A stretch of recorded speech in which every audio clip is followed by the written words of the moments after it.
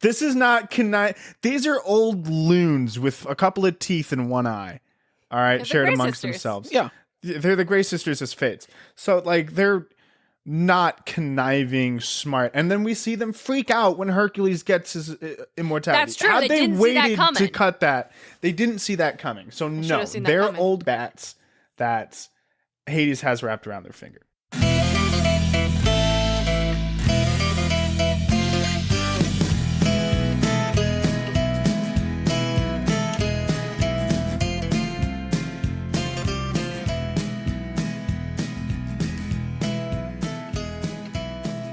Hello, mortals, monsters, and myth lovers alike. You're listening to Podcast of Poseidon, where we explore how ancient myths become modern pop culture, braiding Rick Riordan's, Percy Jackson, and the Olympians. This is Chapter 26, The Golden Fleece. I'm your co-host, on loan from the Hunters of Artemis, Darian Smart. Joining me is my co-host and brother, hailing from Caucasus, DJ. It's Colquise. Are we going to do this every time now? Well, hey, first off, we nailed down this pronunciation before it started.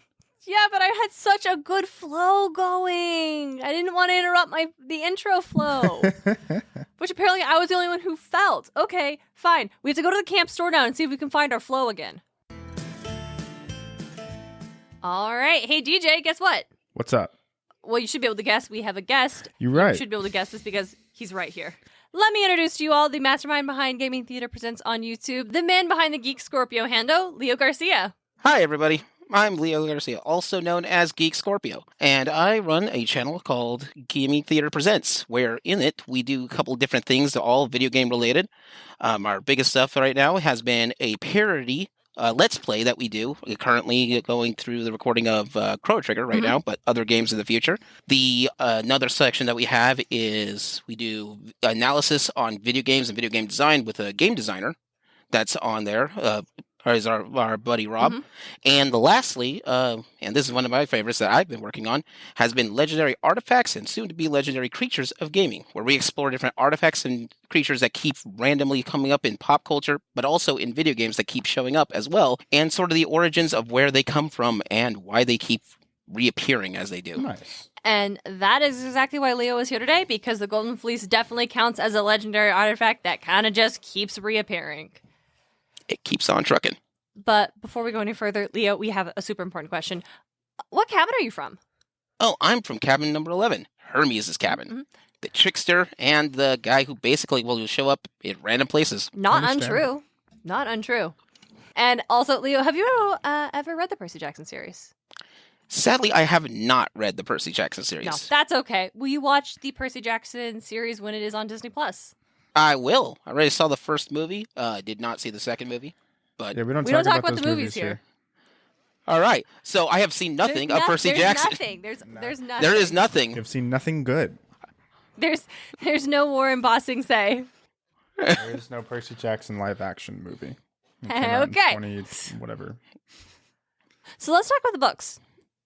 Leo, since you have not read the books, I hope you don't mind if we just throw that ball to DJ first. Davis, what do you remember about the Golden Fleece in the Sea of Monsters? I remember it is the main reason that Polyphemus managed to attract so many satyrs, and why they just never came back was because they went out looking for Pan, and they sensed really big nature energy, and that was the Golden Fleece. But Polyphemus had that, and so he was eating the satyrs that would come along. Grover found it, managed to get a hold of Percy by making a empathy link. And then Percy went and saved his ass. Yeah, he did. And so, they get the fleece, all Odysseus style, as we talked about a lot in the last episode. And two things important about the fleece. One, it turns into a Letterman jacket when affected by the mist, which I always thought was weird. I think it was pretty cool. Yep. I like the look of Letterman jackets, so. Okay. I wonder if it gives you your own letter for that if you're holding the fleece. It actually says it has it on there. Percy describes it when they give it to Clarice and she takes off with the fleece. It is. I'm assuming it has an A for Ares. No, I think it's a Greek symbol. I think it's the Omega. For no reason other than I think it's just that's the coolest shape. Honestly, fair. It is a pretty cool shape in my opinion, in the Greek alphabet. They're talking about, it's Clarice's quest. You get to go to the airport, take it with you. So they give Clarice the fleece to take off. She gets on, so they're not going to make it in time, right? Talia's tree is dying. That's why they need the fleece. It has powerful, so in the books, it has powerful nature magic. Like, that's why the satyrs were all attracted to it. And it's generally healing magic. Yes. It could heal her. The tree that protects the boundaries of Camp Half-Blood from being invaded by monsters all the fucking time. Because apparently this place where all of the gods' children are at, the gods have never actually invested in any sort of security system themselves. Yeah, They just let this dying demigod girl do it. Just let the one person take care of it all. Yeah, and she's a tree. She's actually not even a person. She has been turned into a tree. You don't know this, Leo. So Talia Grace, daughter of Zeus, all right? About 5 years before this book starts, her buddy Luke, little Annabeth, Annabeth is 7 right now. Talia's like 13. They're trying to get to Camp Half-Blood. They just barely make it. They get overrun by the fiends of the underworld. Talia sends Luke and Annabeth ahead, and she stands her last fights defending her, make sure her friends get their time. But she falls in battle. She manages to defend off all those fucking monsters. Yes. So she's kicked ass. Yeah. So she kicked ass, and as she's dying, her daddy Zeus turns her into a pine tree. Sure. Pine tree with the magic to protect all of the camp. Yes, and so it's her very soul is what creates the borders to protect Camp Half-Blood, which is cool. Like, I'm not going to say it's not cool. Now, that's a sweet security system. It's the whole kind of have the, one catch that you got to be stuck as a tree. Yeah, like, she's a tree. And it's also kind of like she just died hella heroically. She had a fast pass to Elysium. Oh, 100%. On that. Nice. Zeus turns her into a tree. So now the tree's been poisoned by Luke because he grew up and had daddy issues in his bag. And I'm going to tell you all this because you don't know. It's very important for this part of the book. Luke is a dick. Luke is a dick. We don't support him here on his podcast. Do we support tearing down Western civilization? I do. Not the way Luke's doing it, though. No, Luke's a dick. Not by rebuilding an old regime. That's not the answer to this. Yeah, no, it's never a good thing to go to do that. I'm a history buff, and I know not a great thing. We have Leo here to tell us why that's not a good answer. There are so many people who don't do that. Mm-hmm. Like, that would be like, let's reinvest in the Roman system. Yeah, not great. Not.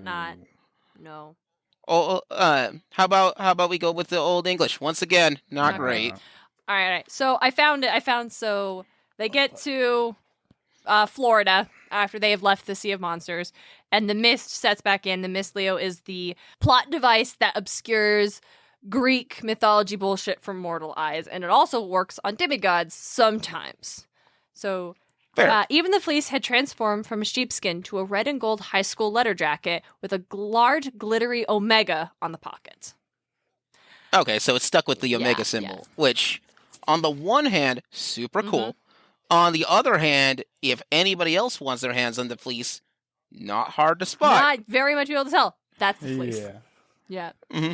I would like if on the back it's got like it does not say this in the book, but the high school mascot, we went to Middleton Vikings, so the back of the letters and jacket had that like really weird Viking thing. I want the back definitely to have the ram, or at least the Aries constellation. I would love the constellation. The Minnesota Vikings, yeah, we had that logo.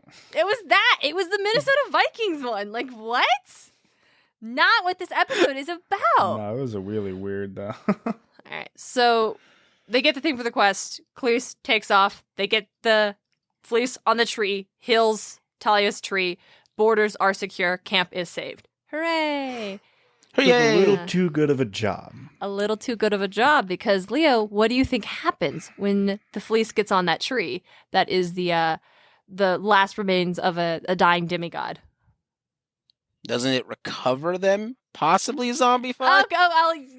Yes, but not zombified. Yes, exactly. It does so good a job that she just is there next to the tree. It's not like it got rid of the tree. The tree is still there. And it still protects. Yeah. But now she's just there. Yeah. So that was something. Now, is she fine? She's fine. Yeah, she's actually fine. Wow, this is an amazing jacket. Yeah, it's been like 5 years. It's an amazing jacket. Yeah, it's really stylish. She's only aged about 2 years because she's been a tree. Yeah. But tree terms 2 years. about 2 years, as we find out in the next book. We don't know this. That's actually, we talked about my favorite cliffhanger ending, right? Like, It's a good holy one, shit. honestly. Oh, I'd it's say so out of all of them, my favorite cliffhanger is my favorite. Mark I of like Athena. I loved that cliffhanger. Oh, well, okay. Mark of Athena is a realm unto itself. It does not compete against others. It is in a different class. Yeah, so Talia's back because the fleece works a little too well, and it's great. And also, it's like, yeah, as you see, the tree's still there. It still has the borders, which is just like, is it just now the fleece's nature magic is what is actually protects? It's not Talia's soul anymore. She has that. I hope. So does that mean that the tree has to? This is me thinking outside the box. We have to keep the jacket on the tree. Yes. Yeah. Well, once they get to Camp Half-Blood, it turns back into the ram skin, and so you just have this large pine tree at the top of this hill that is like protected. Like there's a ram skin hanging from the lower branches, and just a dragon because you gotta protect. Pete. I think it's Pete the dragon. Wow, way to come full circle in the net. So I love it. So on that note, let's dive in to the mythology behind this bad boy. Leo, there are 2 pieces of the lore of the fleece. Do you want to cover where the fleece came from, or do you want to cover the quest to find the fleece? I'm gonna go with the one where it came from because I think I've got most of that information. Go for it. All right. Lodged in All here. right, and I'll tag. Then you'll tag me in, and I'll tell you about. And then tag me in if, Tag me in, if Coach. I got my letter jacket. Tag me in, Coach. So if I recall, the way this works out is essentially the way it starts off is in the original Greek story, it's supposed to be this is the story before the Odyssey, before the Iliad, one step before that. Mm-hmm. And with it goes, from what I understand, that is like this. There was a Greek king whose name is Athamas, I think. Athemus? Let's say yes. Yep. Let's just go with Athemus. I'm going to butcher more words than I care to imagine, but I'm not going to. That's fine. That's part of the show. Oh, yeah. I'm just saying, here's the warning. If you want to correct me, yeah. I deserve it. You can find him at GeekScorpio on Instagram. It's in the show notes. Just send me a direct message, and I'll be like, just let me know. So anyway, he gets to, and I love this quote from Edith Hamilton's Mythology, which is where I read most of this. Same. And I just found it in the back corner. But anyway, so with this, the way the Golden Fleece begins is that there's a Greek king named Athamas who basically, and the quote is, got tired of his wife. Mm-hmm. That's it. Just got tired of the wife. Got tired. Wife's fine. Not very bored. Yeah. I think this is super important. Real quick. Who is his wife? His wife is actually someone pretty important. I remember. Oh, what is that name? Yeah, so his wife is Nephili, of all people. A goddess. A goddess? He was like, bored. All right, so with that, Nephili is his first wife, a goddess who is afraid that, after he gets bored, decides to remarry again. A princess named Ino.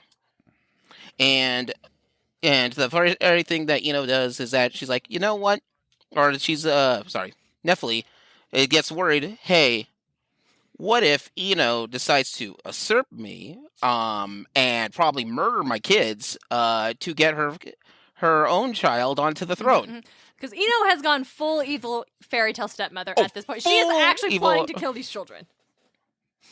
Actually plotting to kill these children. Now, and the one thing I'll give Ino credit for, does not decide to do this as a, hey, let's just straight up murder. No, he goes through kind of a wacky scenario to get this, to get the murdering done.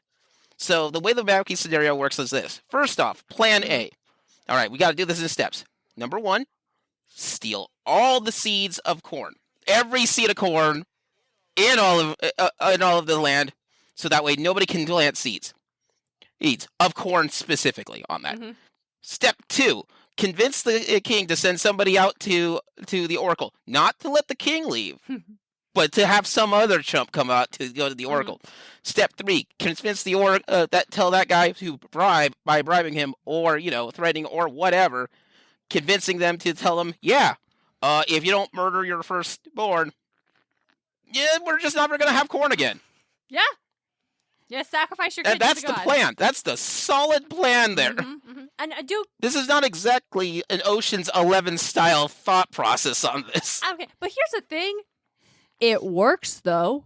Yeah. The king goes to sacrifice his kids. Yeah. So he goes off and he's like, and they do all this. They get a messenger to go to the oracle. Messenger comes back. Yeah, king. Apparently, according to the gods, kill your firstborn or we'll never have corn again. And popcorn's a big thing. That's new here. If we don't watch our Greek plays without popcorn and the occasional wine, we got literally nothing here. Invented theater. What do you mean we're not going to have popcorn? Theater first, popcorn second. That's how the invention system rolls. You had what we all right, here's the point. They invented popcorn first, and they're like, but what do we do with it? So they invented a theater to have a reason to eat it. Yeah, so it works, and the king decides, after some pressure from other popcorn lovers, fine, I'll kill my son. And from the nearest I can figure, has some regret of doing this, but still gonna do it. I mean, when the oracle says you gotta sacrifice your kid to the gods, yeah, bad things happen when to his credit, bad really shit happens if you don't oracle. listen to the oracle. Yeah. Yeah. You don't listen to the oracle, you do listen to the oracle, someone's getting murdered. That's just how the system works. works. Damned if you don't. Yeah. Mm-hmm. So anyway, he's about to go off and kill his son on Phyrex? Yes, that sounds Phyrex. Phyrex. Needs more umlauts. Phyrex. So he's planning to go as Phyrex. Meanwhile, Phyrex's mom, Nephelite, is like, okay, I'm getting desperate. I'm going to pray to the gods. Doesn't really, and this is where it gets kind of messy. A lot of these have been interpreted so many different times that there's not a whole lot of specifics on which way it goes. From near as I can figure, praise to every god. Just goes through the gambit. Just speed dial. Anyone whoever's just making phone calls. Who's available? Who's available at the time? A lot of people do that. You need help. You're just like, hey, I need help. Let's see what god will help me in this situation. Mm-hmm. Yeah, basically, I will message every single one. First come, first serve. I'm not picky. Unless it's Hades. We don't fuck with Hades. No. Don't mess with Hades' stuff. You're like, we'll just skip that one. I didn't know I had him in my contacts. Delete. Oh, it's there, so if he calls me, I know to ignore the call. Okay. Yeah. You don't delete that number either. I don't know if you ignore that number either. Well, you just let it go to voicemail. Just screen it. You let the voicemail, the transcriber function, just tell you what he wants. Yeah. You don't want to directly You'll text him avoid. back later. We'll text later. But lo and behold, my bro Hermes just decides, you know what? I'll help you out. And with this, here, now I'm going to send you, need something, ram. Flying ram. Yeah, go flying ram. Go. Flying golden ram. Flying golden ram. Just go. Go. Mm-hmm. Winged ram. It does not just fly by magic. It has wings. It grows wings. It can just fly on its own. It just sends this ram out. Which, if you're the first, which I expect the situation to be like this. The king is, all right, got to go step. Is that a flying ram that I'm seeing here? What's going on? And the ram comes by, picks up, there apparently has hands, or just, I like to think anthropomorphically uses its wings, picks up Felix and his sister, which just shows up in this story at this point. Yeah. Picks up his sister, Hela, and we're going to fly off now. Away! And totally Deus Ex Machina's their way out of this mess. I mean, quite literally, Deus Ex Machina is like godly intervention. And the Greeks invented that shit too, additional to popcorn. Mm-hmm. They invented that for their plays. Their plays. It's all a system here. Mm-hmm. Once they do that, the king is basically, well, I tried, and gives up. Just quits. Fair. Yeah, flying golden ram. This is the equivalent of, I'll give up on this when pigs fly. Well, shit. Here we are. Okay. Cool. All right. No doubt. So they fly away, and they're making their way to Caduceus, I think is his name. No, not Caduceus. Coquelins, the Coquelin area. Coquelins? Well, DJ corrected me earlier. What is it, DJ? Colchis. Okay. So the fly away from the Colchis. Partway through it, Hela just gets tossed off. She looks down. She was told not to look down. She looks down, gets vertigo, falls off the ram, drowns in the ocean. It's okay. This part of the sea now bears her name. Yeah, this part of the sea bears your name. Because that's how the naming convention is. What? Yeah. We need a name? Well, let's find a celebrity that sort of died off here close enough. Yeah, basically. Fun fact for any of you locals in this area, we still have that Twin Falls Gorge. If we followed that same naming convention today, it would be called the Evil Knievel Gorge because Evil Knievel fell off an entire gorge. Lived, but he fell off the whole I didn't thing. know that. Yeah, that would be hilarious. That's your naming convention. Every time a celebrity dies You just name it. in the gorge, we change the name of it. Yep. And there are some crazier ones out there. But Phyrexia gets away. He gets all the way to Colocus. yeah, it gets all the way to Colocus. Once at Colocus, Colocus is really big about not liking any kind of outsiders at all. Except for this guy, Felix. He's cool. You know what? Felix will come. You're a pretty cool bro here. Check it out. If you want to, you can even marry one of my daughters. Just give some kind of dowry for it. All right. This is Felix's thinking. What do I have? I got it. And sacrifices the flying ram for the king. And the king loves That's it. fair. The king loves it. King Hades is super into this golden ram fleece. He's like, fuck yeah. Mm-hmm. Yeah, 80s is super going 80s? 80s. 80s. I'm like, I watched a TED Talk video on that one. 80s. So 80s is super into this ram. The only thing that gets weird is this is one of those mistranslations. This will keep coming up through this whole story. According to what different sources are, that was sacrificed to Ares. According to some, Zeus. Mm-hmm. According to, I think in one story, it's actually Athena. So basically everybody but Hermes. But Hermes is the guy who gave you the ram in the first place. Just, what? He gets nothing. But nonetheless, gets sacrificed. The fleece is still perfectly intact, so they just keep it and put it on a tree. Put on a tree? That's being guarded by a dragon, and just sort of, well, job's done. Here we go. And the dragon that never sleeps. The dragon that never sleeps. The dragon just is going to, and that's a security system you can count on. Actually, yes. As long as there's no internal meddling or backstabbing, this security system will hold up. Yeah, there's no way that this could fail us. But yeah, that's the beginning part of the Golden Fleece story. Mm-hmm. Nice. Yeah, it's wild. There's some connection to the Golden Fleece or the flying ram to the constellation of Ares in Western zodiac tradition. But I couldn't find a lot in that, or if the ram's name was Ares or something else. But I throw that in there because I like stars. Yeah, well, near as I can figure that's where they get the constellation for, but I could not, in all the research I could find, tie these two together exactly. Exactly, right? It was just some throwaway line where I'm like, I don't know if I buy that one, Chief, but okay, I'll mention it for the fun I don't have enough evidence to say it didn't count that. Mm-hmm. Don't have enough to say it did. Yep. So now we get to, that's where the fleece came from. Now we're going to talk about why Percy Jackson specifically had to go after the fleece. And it is because, much like a lot of things he has done in this particular book, is because Jason did it too. So Jason did it. Got to do it too. Some Jason, other Greek hero did of the Argonauts. You gotta have Percy do it. Yep.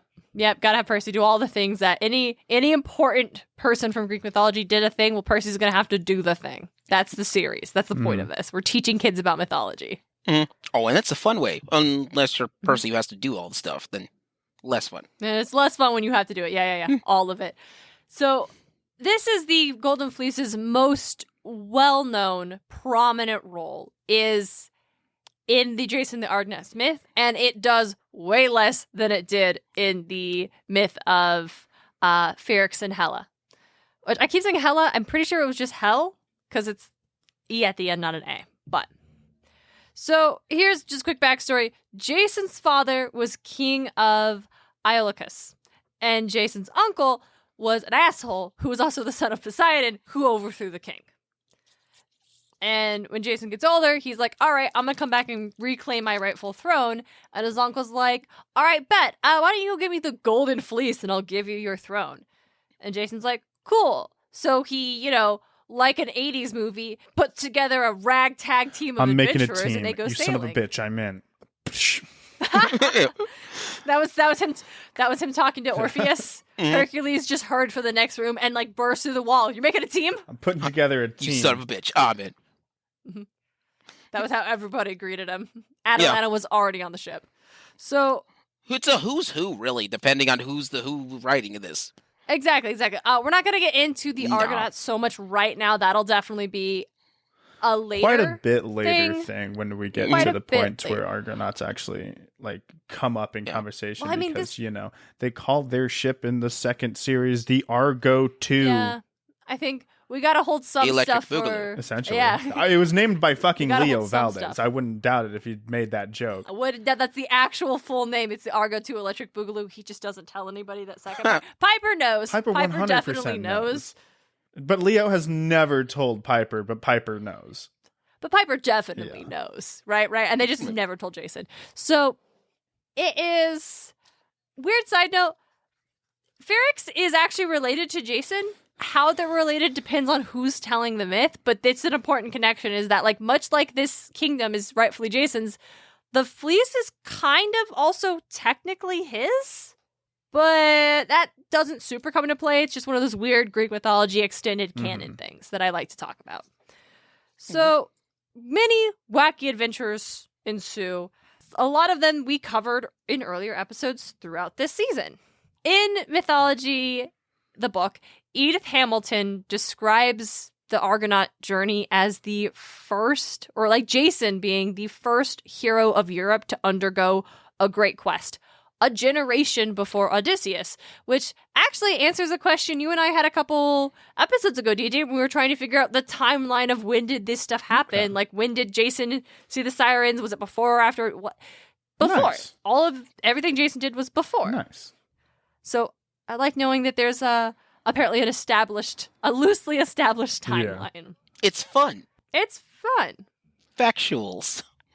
So wacky adventures take place, and ultimately they end up in Hijinks ensues. and eventually they find themselves in Colchis. Aeetes is still king. Phyrix does not appear in this story anymore. So, Yeah, he's gone. Phyrix is he's gone. He's just gone.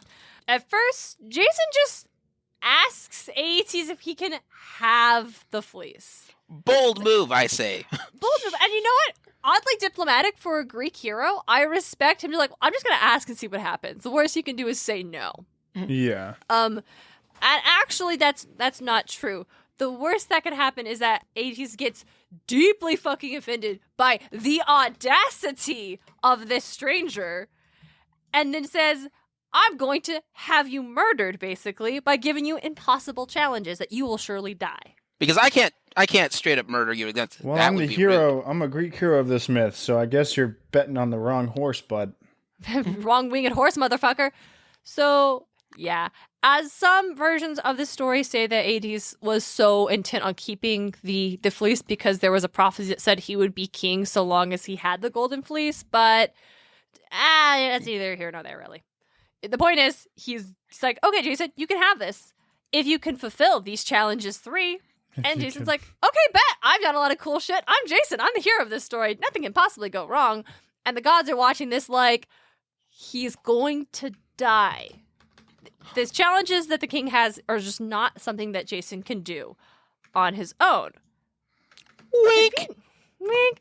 Conveniently, the king's daughter, a priestess of Hecate named Medea, is a hella powerful badass sorceress who knows what her father has planned. So Hera has Aphrodite send arrows to compel Medea to fall in love with Jason so that she will help get his ass through these trials. Yeah, if you want someone to ship you, Aphrodite is the way to go. And Aphrodite is the way to go. And that's exactly what happens. Medea sees Jason, falls in love with him the next day, he's going up to the palace to start those challenges. She intercepts him. She's got her potion bottle. She's got her magic amulet. She's got all of her witchy shit. And she's like, all right, I will help you. I'm just going to need you to pledge your eternal love and loyalty to me. And Jason's like, okay, here you go. So, and then he takes what Medea has, all of her magic stuff. Here's my heart. Here's my heart. And he goes up on the challenges. Challenge number 1.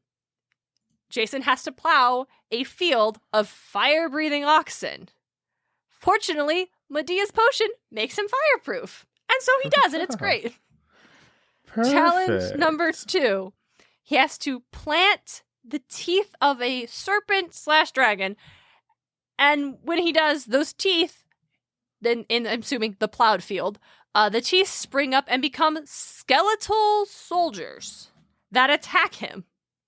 We see Frank do that. Yeah. Fortunately, Medea gave him an enchanted stone, and when Jason chucks it, the soldiers, the skeleton soldiers, just go after the rock, and he can slip away. Yeah, there's no subtext there. Throw a rock, win. Just throw the shiny rock and walk away, and It's enchanted. It's like a decoy, right? It's a he decoy, threw it, yeah, and they like go a after. hologram of him comes up and says, "I'm over here, jackass." Probably. That's just a decoy. Yeah. And then they all run after him because they called him jackass, and they don't know what that means. They just know it. They know it's not good. Yeah. Like, I don't know what that means, but I can tell by your tone. It was an insult. Yeah, fuck you. Come here. So challenge number 3 is the dragon, the sleepless dragon that guards the fleece. So Medea has already given Jason another potion. And so he scrambles up the tree and pours the potion in the dragon's eyes. At the same time, Medea is spinning an enchantment.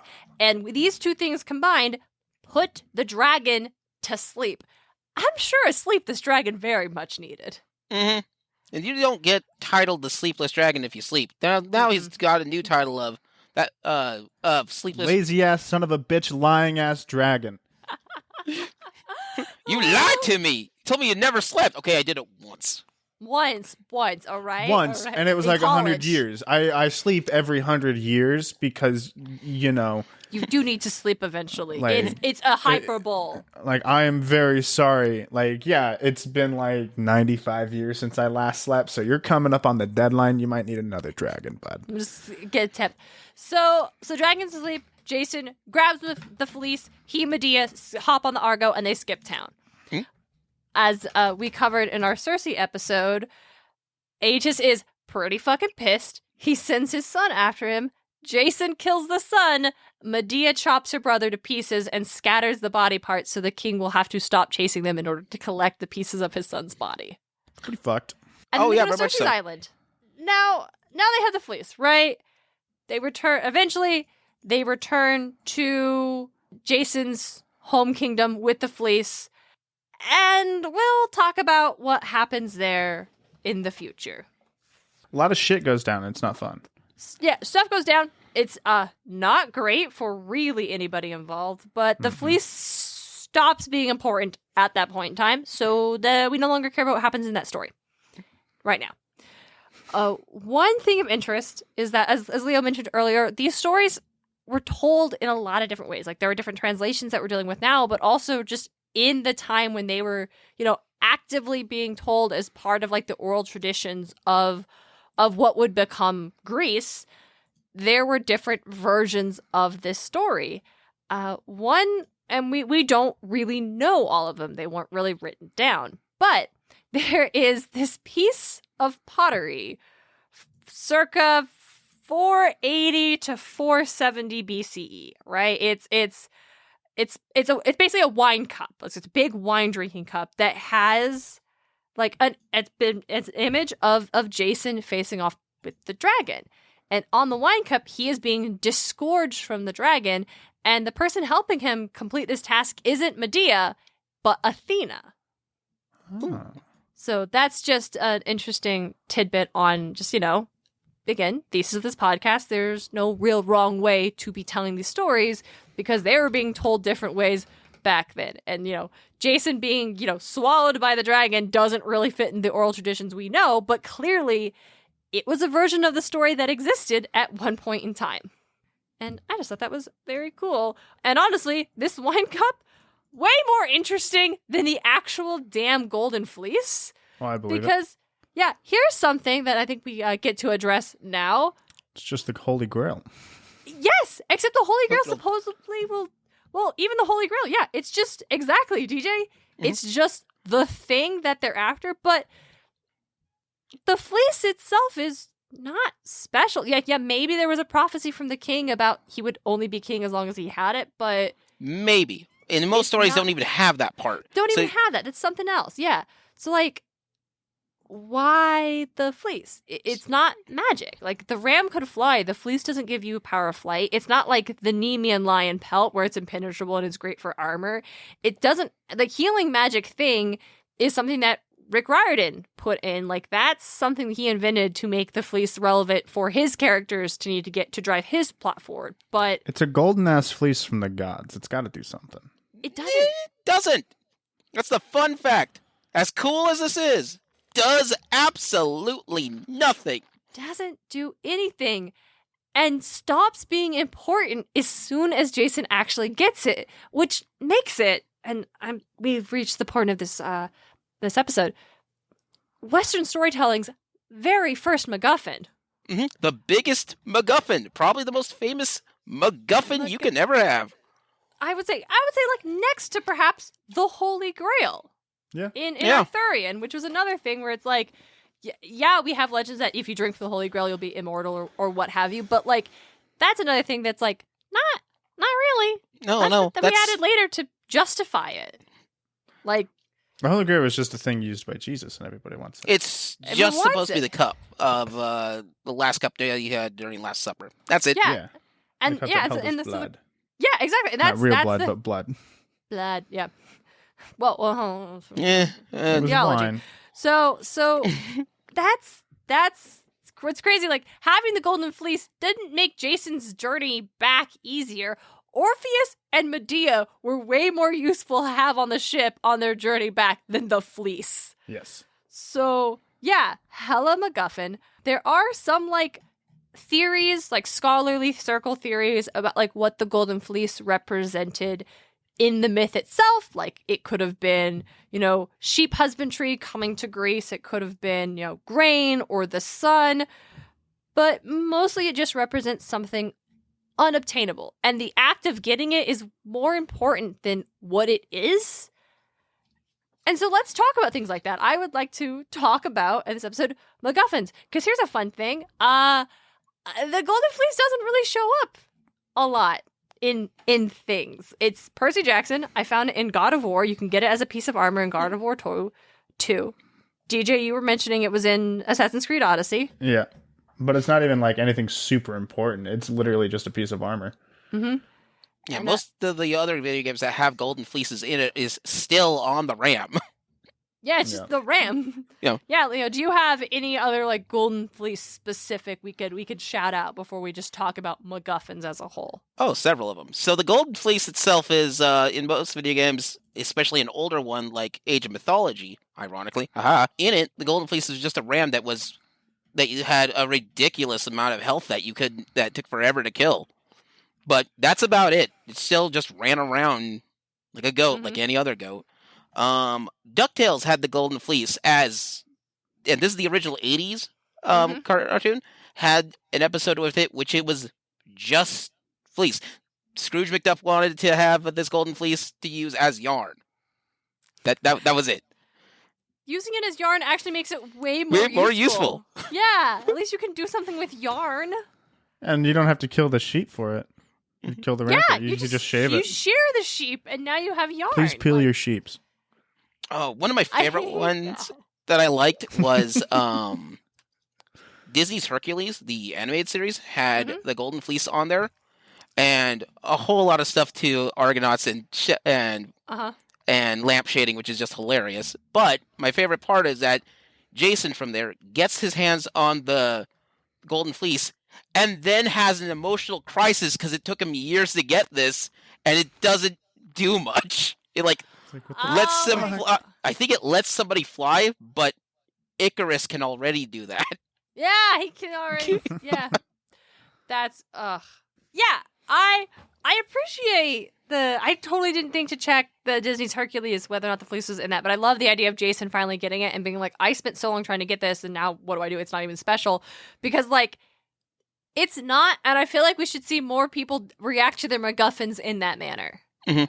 Like, was it so special? So we say MacGuffin. I think that's a term that gets thrown around a lot in discourse around like pop culture these days. It's a fun like, it's just the MacGuffin. That's not what But let's define it. Let's talk about that. Like, DJ, I'm gonna throw it to you. MacGuffin. What do you know about it? So the first thing I think of when I hear MacGuffin, and like honestly, the first time I heard the term was probably a couple years back, and it's this cute little game called Supraland, Supra Land. Okay. And it takes place in a sandbox, and it's like the whole gimmick of its trailer on Steam. The very first thing that you see, it's like zooms out and it's showing all the map sizes of all these games, and then it starts zooming back in, and it's like three square feet, and it takes place in a sandbox, and you're just a toy and the whole thing, and it's like, all right, you got to go get the red MacGuffin. The red MacGuffin is a gun. You got to go get the purple MacGuffin, and the purple MacGuffin is a gun that allows you to do a different kind of thing. And that's the whole fucking thing. And I'm like, this is adorable. What the fuck is a MacGuffin? I don't know. Exactly that thing you have to get. Though it sounds like if it's a gun, it's probably at least. Oh, it's super useful. Yeah, 100% useful. It's a 3D platforming puzzle game, and it's just a lot of fun. And it's like, yeah, just go get the MacGuffin. Fuck, okay. Because nobody actually knows what it does until you get it. I like that. Yeah. But yeah, like Leo, like you were about to say, like if it's actually useful to the plot, is it really a MacGuffin? And it depends. It's a MacGuffin by name in that. Yeah, it's literally a that's MacGuffin. true. I mean, it's still a MacGuffin. True. It's still the red and purple MacGuffins. Yes. Yeah. Red, purple, green. Uh-huh. I think there was a blue and a couple more colors. Stars and horseshoes. Yeah, Clovers and balloons. Oh, All right, let's tasty red balloons. Let's get cinematic in this bitch. Leo, do you want to talk about Alfred Hitchcock and the MacGuffin? Gladly. So the MacGuffin is a term that came up from an interview with Alfred Hitchcock. And Alfred Hitchcock basically defined as the MacGuffin as an object that is in existence in a film that pushes the plot forward. But it does not matter what that object is. It doesn't have to be, it can't be useful. Sometimes it can. But for the most part, it doesn't matter what you would make that into, it would do that. So like an example for it, like Pulp Fiction, for example, is a good film example. Yeah. In Pulp Fiction, they have a briefcase. What's in it doesn't matter. They never show you what's inside the briefcase because it does not matter. It could be a horse for his head or a bottle of jar. Since it doesn't matter what's in it, but everybody wants it, that's more than enough to get the plot going, and that's it. Yeah. I think Hitchcock's big thing was like the characters care about it, the audience doesn't give a damn. Because it doesn't matter what it is. Like, the audience is not invested in this object because it's interchangeable. Yeah. If you could replace it with a banana, it still would count. Yeah, they would still want it just as much for you don't really understand why they want it. You just know the characters do for some inexplicable reason. There's your Hitchcock MacGuffin. So yeah, the briefcase is a big one for Hitchcock. In one of his movies, in Psycho, big MacGuffin is the money that Miriam steals at the beginning of the movie that sends her to the hotel where she is murdered. And that's a big driving point. She's stolen this money, now she's got to run away, and it's driving the plot forward. But once she's dead, nobody cares about this thing anymore. Like, it doesn't matter. The audience couldn't give a damn. Like, even though this is the inciting incident of the plot, this MacGuffin can just it's banana at this stage of the game. Yeah. George, Oh, go ahead. No, please. It's one of my favorite games. Is the MacGuffin. Replace it with banana, and if you get the same results, MacGuffin. I think, George Lucas had a different definition of MacGuffin in that it is something that obviously drives the plot forward because the characters care about it, but so does the audience, which I think makes it extremely different than Hitchcock's definition of MacGuffin, because Lucas would say R2-D2 is a MacGuffin or specifically R2-D2 with the Death Star plans. The Death Star plans are the MacGuffin because the characters need it. Why they want that. Yes, so that's why it's interesting, because when you say something is MacGuffin, by what definition? Because the One Ring from Star Wars, Jesus, from Star Wars. You put it on your lightsaber, and then the blade is invisible. That sounds like hilarious. A safety. That sounds like a safety concern on that one. It is 100%. The One Ring from Lord of the Rings. Right, that one is often people will say oh, gotta get the MacGuffin because everybody wants it, And by Lucas standards, it is a MacGuffin because it's the thing that drives the plot forward. The characters are all after it. The audience cares about it. But by Hitchcockian standards, that's not a MacGuffin because it's not just driving the plot forward. What happens to the One Ring is vital to the plot. The audience cares whether or not it's destroyed. The audience cares who has it. It's not just the thing moving the characters along. It is actually will change the plot depending on who gets it and how. It's very different than the Maltese Falcon in the Maltese Falcon, where they just want the Maltese Falcon, but then who the fuck cares who actually has it? The characters just want it because they want it. Mm. But who has it doesn't necessarily matter other than the plot just moves around it.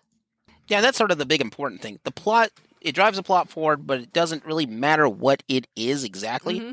So, like, the One Ring does count for it as a MacGuffin because, yeah, if a person puts it on, it makes them invisible.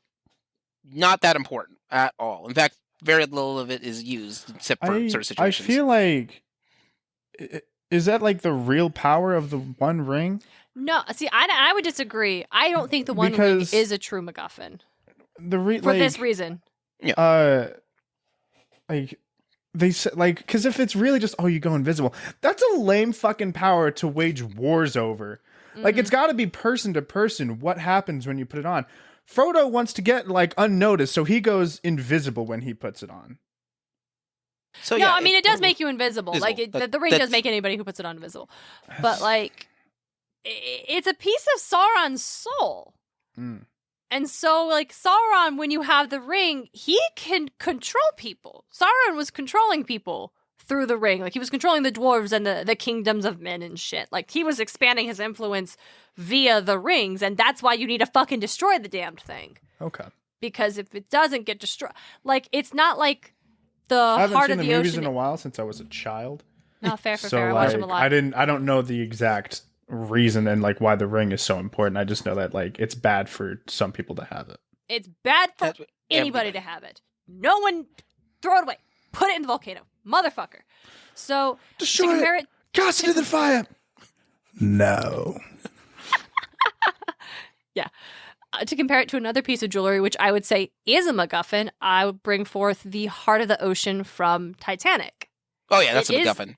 It's 100%. The driving plot of the movie. It's the reason this Spielberg insult big ass fucking just a big blue diamond. It doesn't matter. Like the Spielberg insert is exploring the Titanic wreckage, trying to find this big ass rock, and then you go in, and that's what brings the old woman in, and she shares her story, and then by the beginning of the second act. Guess who doesn't care about this damn jewelry anymore? The audience definitely doesn't fucking care. No, we give a shit about the romance that's going on. Even then, I don't give a shit about the romance that's going on. They're cute, okay? They're cute. It sucks what happened to them. They're cute. There was enough room on that table. On that This is not an interesting hot take to have. So no, it's not. It's a tragedy. It's like Orpheus and Eurydice, okay? It's sad what happens. So at the end of the movie, she throws it in the ocean, and really the audience could not care less because nobody cares about this jewelry. What happens to this thing honestly doesn't matter to the plot. But what happens to the One Ring really matters to the plot. And so that would be my defense of the One Ring as not a MacGuffin. But Leo, I believe you also had a point and I interrupted. I'm so sorry. I'm trying to remember what it was now. So yeah, my point is that a MacGuffin can do things. So don't think that because the MacGuffin doesn't, like the Golden Fleece doesn't do anything. Later interpretations add in certain things, like it can be acted as armor, or it can be acted as has huge healing powers. That's added later to make it interesting. But if you want an example of something that actually does something but is a MacGuffin, anything that Indiana Jones looks for, yes. Like my personal favorite is the one from the Raiders of the Lost Ark, the first big movie. Yeah, because they don't know what it does or even if it does anything. All they know is... The Nazis, we don't want the Nazis to have it. That's it. Nazis shouldn't have That's the whole plot. That's how it starts.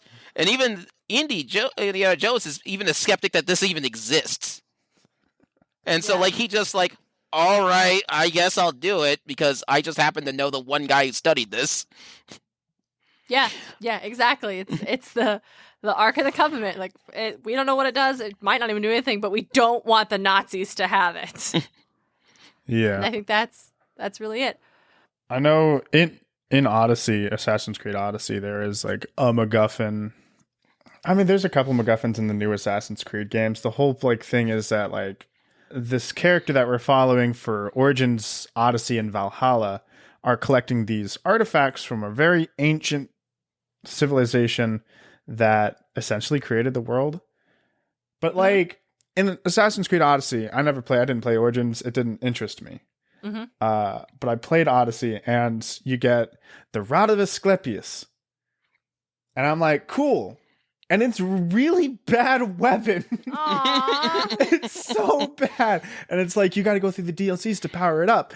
And I just don't want to do that. Wow, that sounds like a mess. It's a MacGuffin to make you spend more money. It's the inciting incident that'll make you spend more money. Essentially, it's like, now you get this and we don't want the... And like, sure, if you're holding on to it, you're immortal, right? If you are the wielder of it, you're immortal for God knows how long, because the main character that you play as while in ancient Greece, when you get it in ancient Greece, then like it shoots back to the present day and you come out of your whatever the fuck animus that you're using, and then you go and then you meet with that character and they hand you the Rod of Asclepius and then they die / disappear / dust, whatever the fuck.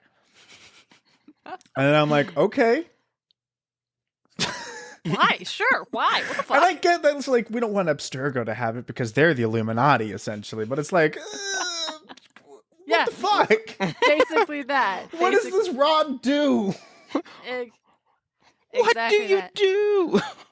So, let's see her. I did not play the game for the story. I played it because it was a fucking fun game to prance around ancient Greece in. I'm very excited to play Valhalla. Oh, that's gonna be kick-ass.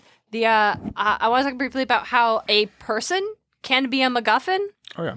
And one example of that is the mother from How I Met Your Mother. Oh yeah, doesn't matter who it is. Yeah, literally for most of the story, most of this 7 seasons. He even memed about them being the mother. Yeah, like doesn't matter. Who this person was didn't matter. She herself didn't matter. This was the story being told. And then they fuck it up in the last season by introducing her as a character who's the best character in the series. 100%. Nobody could have been the mother. Nobody else could have been the fucking mother. No, she was amazing. Perfect. As like a character. God, I loved her. No, she was great. And then she's not a MacGuffin anymore because I liked her too much. But, oh no. And then they killed her. It's like, whatever. Like, I can put the ending aside. The ending wasn't great. I've seen worse endings. I've seen worse endings. Yes. Look. And Defense of How I Met Your Mother, that was what they were going to do all along. The story was never about her. It was always about Robin. That's why the mother was the MacGuffin. And that's not bad. If they hadn't ever introduced us to her, I think the ending would have been stronger because we wouldn't have been sad that she died because we don't know who this person is. Yeah, I think it was, if they had literally taken out like all the parts that surrounded her and made her like, oh, fuck, we love her. Buying Ted Mosby a drink for punching the guy in the face. That was awesome. Her whole How Your Mother Met Me episode. Heartbreaking. Are you fucking kidding me? The song at the end of that episode, like her being so adorkable throughout that whole fucking episode. And just like getting along with Lily and picking up Marshall and just everything. And helping Barney. Had they removed all of that and had it just been like, oh, I ran into her at the train station because of the umbrella. We never see her. It's the umbrella. If they'd committed to that, then it would have been like, oh, yeah. It was, and then we were like, it was never about her. It was always about Robin. We knew that all along. Tight. But they made us love her. I'm going to have to cut all of this. It has nothing to do. But I do. That's still my favorite episode is How Your Mother Met Me. It is one of my favorites. Wonderful episode. Oh my God. So good. So Saving Private Ryan. Ryan is the MacGuffin. It doesn't matter who Private Ryan is. It doesn't. And that was, I was reading when I was looking up good MacGuffins to talk about. Like, I read a brief article entry on this one where it talks about how like Spielberg, in this one, he really encapsulates the idea of MacGuffin in that it does not matter who or what the MacGuffin is. It just the characters want it so bad, and then it also highlights the strangeness of of the futility of why did you want this so badly when you see the cost of it. Was it worth going after? Like the Golden Fleece, was it ever worth this? What comes after? And so like Saving Private Ryan, these folks are sent out, this team is sent out to save this private from the war zone because he's got 3 brothers. They were all sent out to war. He's got 2 brothers. There's 3 brothers. No, it was 3. kids. It was 4 kids. 3 brothers got killed. Okay. Yeah. So Fourth one is And it's like, I know all. do you but really him. want to be the one to tell that woman that 3 of her sons, or like all 4 of her sons died? We got to get this guy back here. Yeah. So they Like go I out can to- only imagine. Yeah. Well, fuck. Right. So they get there, and everybody else on that team dies. Right. I guess major spoilers for Saving Private Ryan, but Everybody dies on that team. everybody dies, and at the end, like the last guy living who's like saving this kid. He's a kid. He's like 18. It's the fucking Yeah, war. he's like 20, like somewhere around there. Like fucking, Whatever. he was trained for like 6 months, shipped And then off. shipped off, So, yeah. yeah, he's like fucked 18, up. 19 years old. It's Yeah. fucked. He tells him, make this matter. So it costs so many lives to get to this MacGuffin who, as you said, doesn't matter who this guy is. Like, Yeah. him, it's not like he's an inherently like virtuous person. It's not like he's the chosen one. He's just some guy. They could be out there getting a crock pot and it would be the same thing. So the point is like, make the MacGuffin matter. And then at the end, he's at like a funeral and he's crying because he's trying to figure out whether he was worth all of that. Did the life he lived make it worth all of that? Yeah, that was a rough scene. That was too. rough, Just yeah. like him standing Yeah. in front of that grave was. But yeah, I mean that's was what made the movie interesting. Even though who Private Ryan is doesn't matter, but it's that story of like sacrifice. You go after something, what makes it worth it? What Yeah. makes that kind of sacrifice? That's what MacGuffin often is. Yeah. I had a note on this. One thing I've always found. So this is a bit of a tangent, but there's a show that Sci-Fi used to do called Warehouse 13. Now, I loved it. Warehouse 13. Sadly, I didn't get the chance to see the final season of that, but I saw the first 3. Love it. But this is a series that is basically... So people will throw out Monster of the Week as a series. Uh-huh. A Monster of the Week, in theory, is a MacGuffin, but it's not. Because a Monster of the Week, it's important what the monster is. You can't solve the problem. The problem monster still going solution around. is unique to the monster. Yeah. However, Warehouse 13, that's a box, a whole series of MacGuffins on there. MacGuffins, yeah. Oh, I loved it. One of my favorite. And so they take a little object, have a little bit of history, and for the most part, in most of those series, a lot of those episodes, they don't even know what the MacGuffin does. Yeah. And then the only cases that they do know what the MacGuffin does is because it screwed a bunch of other agents previously, so they have the notes for it. They have notes. This is bad. Ironically, they have the Golden Fleece in there, and it's mentioned, and it heals people. That's just classic one. Classic healing. I'm always torn, which is my 2 favorite MacGuffins they have in there, which is either the the disco ball from Studio 54. Where apparently, if I'm understanding the notes right, it absorbed the euphoria of being in Studio 54 because everyone was high as a kite there, and so you just do, but the thing is, and this is the second part of it, they don't know what activates the MacGuffin most of the time either. I love that, yeah, because it's not something that's just constantly going. There's usually For the disco ball, I imagine it's just turn on Disco Inferno. And it just makes everybody fucking Boogie horny nights. and high. It was lights that reflected it, but they had to that makes a lot reflect of off sense. it.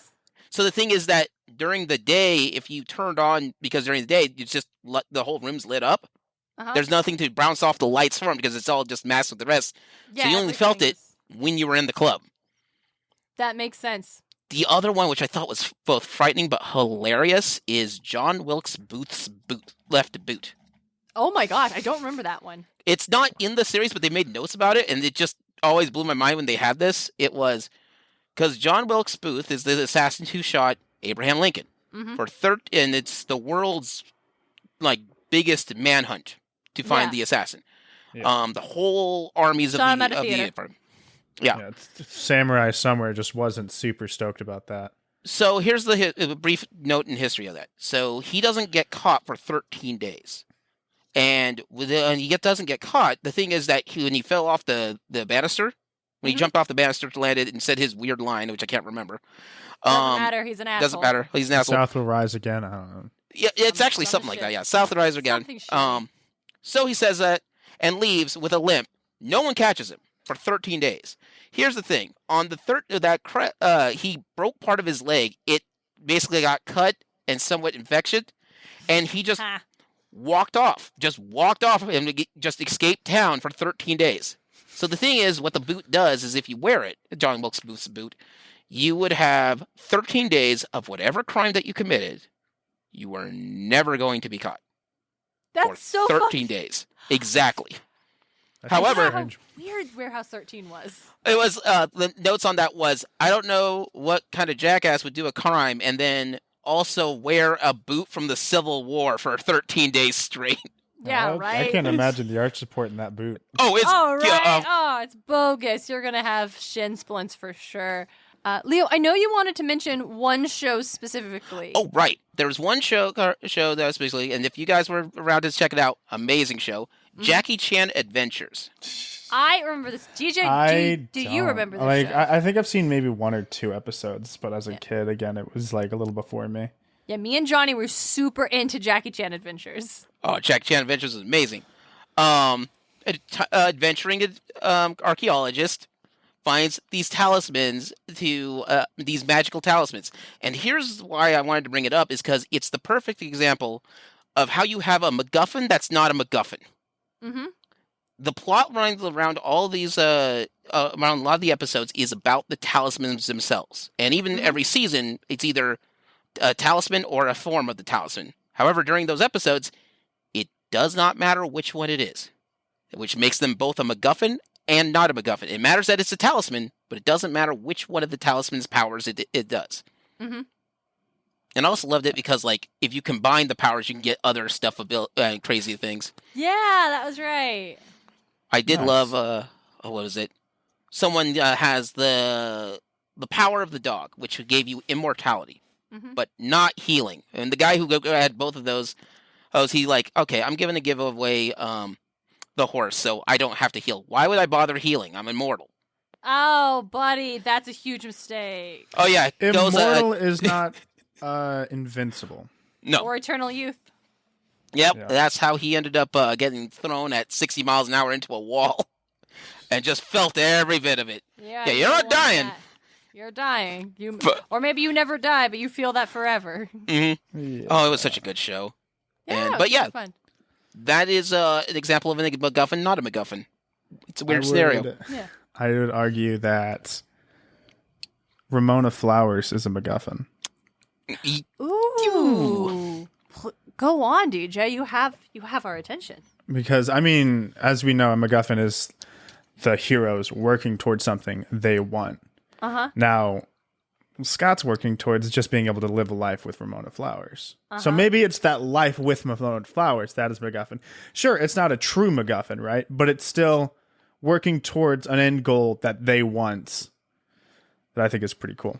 No, that's true, because it's just because Scott likes her, but he doesn't know her, and Ramona herself isn't like. I mean,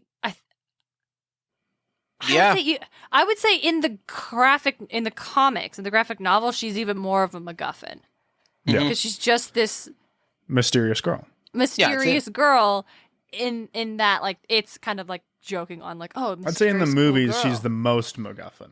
Because she is Yeah, 'cause literally they like, we know give her more in we the don't get comics. any fucking backstory for Ramona Flowers except she dated all these people. And she's just, honestly, she's just kind of there. Yeah, but I think, could we replace Ramona Flowers with just a really, really nice banana that everybody wants? I yes, believe we so. Could. Yes, we could. At least, remember- at least in the movies. Yeah, In the at books, least in the movie, yeah. In the books, no, they go into who Ramona is, and she's Yeah, she's a little kind bit of a more snarky person. bitch, and I love her. Like, she disappears for 3 months, and she's like, I was just at home watching. I was at at my dad's uncle's binging X-Files. Like, X-Files, that's what it was. That's what another show with a lot of MacGuffins, I would say, probably. Probably, yeah. Let's see here. But yeah, those are sort of the big MacGuffins on it. The only other thing I could think of that's worldwide famous and no one thinks about it as being a MacGuffin, Pokemon. It does not matter what the Pokemon creatures are. They're interchangeable. I would say in the TV show. In the TV yes, show, they're because interchangeable. Yes, because Ash just wants to catch them all. It doesn't matter. I would say in the game, they're less MacGuffin-y because you, the player, want certain ones to fulfill your goals. And then we get into the movies with like Mewtwo and shit. It's like, yeah, we know why people want that fucking Pokemon. Oh yeah, we know it. But like, yeah. Who's the? But in the show, nah, you can. Ash barely even uses the other Pokemon in the first place. In some Yeah, you could choose a MacGuffin to the fucking Team Rocket. Yeah. It's. I wonder. So all the Pokemon are MacGuffins to Ash, but is Pikachu a MacGuffin for Team Rocket? Because they, well, I don't think Giovanni gives a shit about the Pikachu. Yeah, I mean, anymore. if Giovanni's the audience, Pikachu's a MacGuffin. He doesn't fucking care. Yeah. It's literally just those two, and it's like, yeah, we want it because it's just a really strong Pikachu. So technically, that means that. So I guess that would mean that for the series Invader Zim, Earth is technically a MacGuffin. Because all they wanted to do was get Zim off the planet. That's why they haven't. They didn't even realize that Earth was actually a fucking thing. It's like, just go to this area and invade that planet. That area is uncharted. We don't know what's there, and so it's most likely dangerous, and he's going to die. Did Zim just send us a fucking communications request? Excuse me? Motherfucker, that's not what we wanted. We don't want that. We don't fucking want that. We don't care. How's it go? But I was the best conqueror in Invasion Pending Doom 1. Yeah, that's why we have to have an invasion. You conquered us, Zim. That's why we have to have an Invasion Pending Doom 2 now. Yeah. Nice. All right. Do we have any final thoughts on MacGuffin? Any final thoughts on Golden Fleece that we want to dive into? Because I think this has been a really fun conversation. I enjoy this. I love Adventure Zone is all about MacGuffins and balance. Yeah. Yeah, Adventure Zone is all about MacGuffins. I would say they are not MacGuffins because... Not true MacGuffins, but they're MacGuffins. They're especially the spectacles. They don't know what the fuck they did. Yes, okay, that's a good point. Well, now we're not done yet. I'm about to talk about Adventure Zone. So I think they're much like the talismans. It doesn't necessarily matter which one they're after, but eventually they're not MacGuffin anymore because they do become central to... It's not just the driving force of the plot; they are the cause Spoilers and for the end of Adventure the Zone, plot. but it becomes the seed of life. Yeah. It's so good. I guess here's something I think is interesting about MacGuffins is that I feel like recently, and maybe not. I mean, recently, air quotes, right? It's hard to define recently in pop culture, but the presence of a MacGuffin is implied to be bad. Like if the plot is driven forward because of the presence of MacGuffin, people are... It's suggested that, this plot is bad, this plot is weak because MacGuffin is there. Yeah, but fetch quests are just been a thing. Yes, right? And that's a really minute way to put it, but fetch quests Jason have always and the been Argonauts. It's a big fetch quest, that's it. It's, all the MacGuffin, strong fucking item we don't want in the hands of evil people. Let's go and get the heroes to take it. Yeah.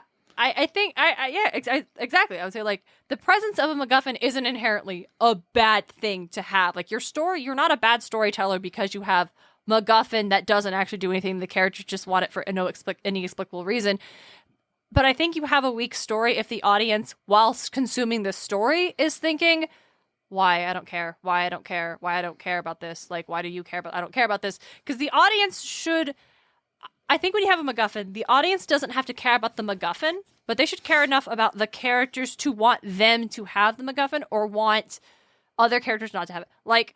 We like Indiana Jones. We don't really care about the Ark of the Covenant. I mean, it's important, right? It's an important Hebrew artifact. That's important. But in the story, it's I don't really care. But I like Indy, and I want him to succeed. And we hate don't the Nazis, like the and I want them to Nazis. fail. Yeah. And so that's Let not... they get rot. Yeah, we want to see them melt. Damn it. And we do. And we do. And the movie gives it to us. Thank you so much. So, yeah, that's just something I want to talk about in MacGuffins because I've the original cut of Justice League, you'd get a lot of Mother Box MacGuffin. Oh, bad movie because of MacGuffin. And I'm like, I think it was a weak movie because of other things. Because you in this film shouldn't be thinking, gotta get the MacGuffin. Like the Infinity Stones. Those are total MacGuffins. They're pretty MacGuffin-y. Mm-hmm. Yeah. But you also in fact, they changed their MacGuffin twice. They used to be one thing and then they're another. Yeah. But then it's you have it's the Tesseract, but that's actually the Infinity Stone of Space. Yeah, they change it. But then you'll do something like, well, if this character gets the MacGuffin, he's going to destroy the planet and kill all these space bandits that we like. Okay, dance party. Dance battle, let's go. And like, okay, I like this. Or, okay, here's your MacGuffin. We have actually put it inside the forehead of one of these characters you like, and now this guy wants to kill him over it. Do you care now? And my personal favorite with that is the Infinity Stones by themselves are a MacGuffin, but in the Endgame, it becomes...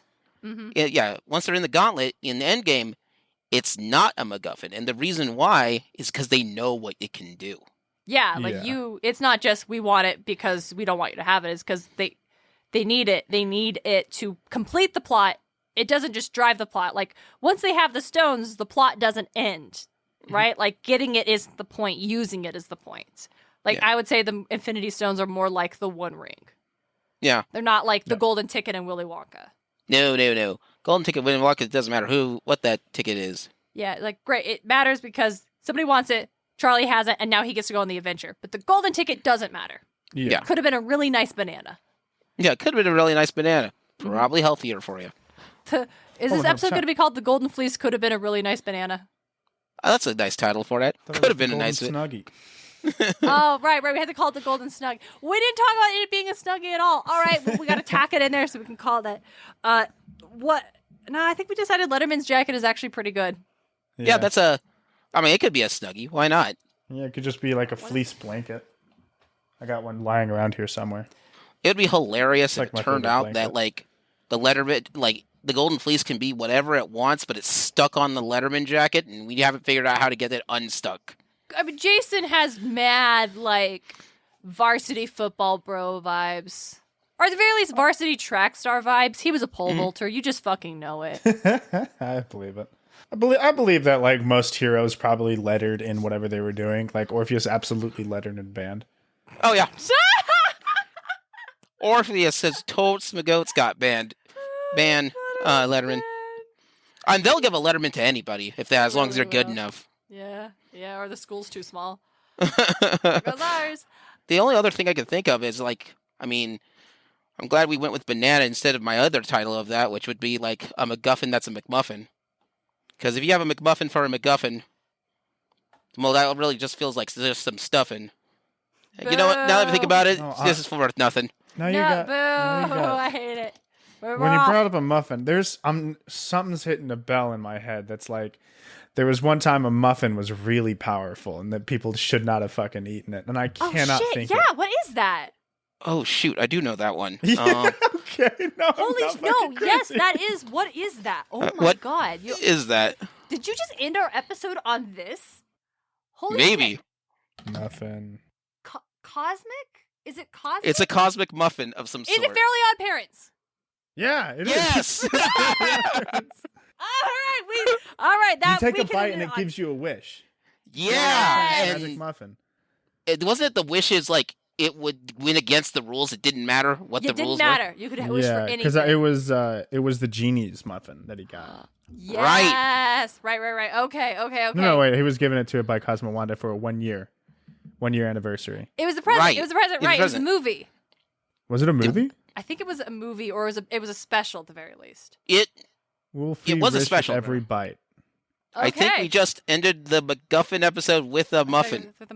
Fuck yeah! All right. Well, DJ, thank you for that. Leo, thank you so much for joining us. Happy to be here. Yeah. Let's head up to the big house and check out the trophy room. Is there anything you want to show off before you go? Not that I could think of. I got. This is where you plug your stuff again. Yeah. So, like, what I could think of is, just to check out Gaming Theater Presents on YouTube. You can search for that if you want to. Link's probably in the description somewhere. They will certainly be there. I have written episodes for that. Yes. Most of the episodes, either we did collaborations or Darian has written the whole thing on that. It's fun. It's basically what we do here, but I get to talk about not Greek mythology things. It's great. Yeah, it's super great. And then also there's other episodes coming up. And I hope you guys check it out and enjoy the entirety of the channel. Or just parts and pieces. Don't care. Have fun with it.